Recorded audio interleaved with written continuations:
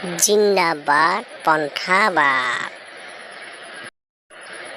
এই লকডাউনৰ কাৰণে মই এতিয়া এই পন্থাবাদ খাবলৈ ইমান ৰাতি বাধ্য হৈ গৈছোঁ। এই লকডাউনৰ কাৰণে মোৰ ঘৰত দালি আলু পিটিকা ৰেডি আছে।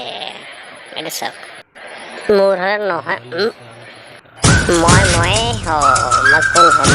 মছলা নোহোৱাকৈ মানে মাছ মাংস নোহোৱাকৈ ভাত খাব নোৱাৰোঁ, মানে গোন্ধ লাগিব গৰম মছলাৰ, মানে এনেকৈ নোৱাৰোঁ দালি চালি দি খাবৰ কাৰণে।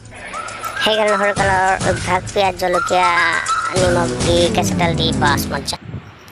য়েছ, মই আজি গোৰা ভাত খাম বিন্দাছকৈ ভাত খাম। গোৰা ভাত আও কি মজা, জলকীয়া পিঁয়াজ কেঁচা মিঠাতেল নিমখ সানি ধুনীয়াকৈ খাম। বাপৰে বাপ কি মজা লাগিব।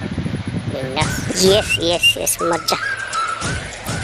কি আমি খোৱাসকলে এইবিলাক গম পায়, মাংস পাত্তা নাপায়। মাছ ঘৰত জলকীয়া নিমখ মানে জলকীয়াৰ আচাৰ নেমু দালি আলু পিটিকা বহুতে আছিল। মোৰ এইবিলাক নাই। এইটো দালি আৰু আলু পিটিকা ওপৰত আৰু জলকীয়া আচাৰ নেমু এভেইলেবল বেকাৰ। মোৰ এইবিলাক টেষ্টি নহয়।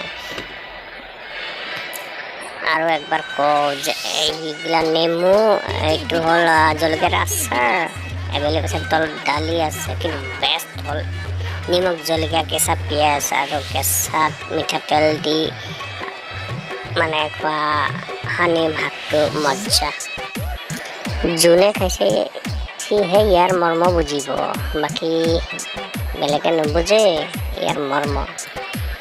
বাকী লকডাউন বুলি মই খেতি কৰিছিলোঁ, এই খেতিৰ লাও শাক মোৰ ঘৰত আজি। অৰ্গেনিক শাক, বিনা সাৰৰ শাক, কি মজা।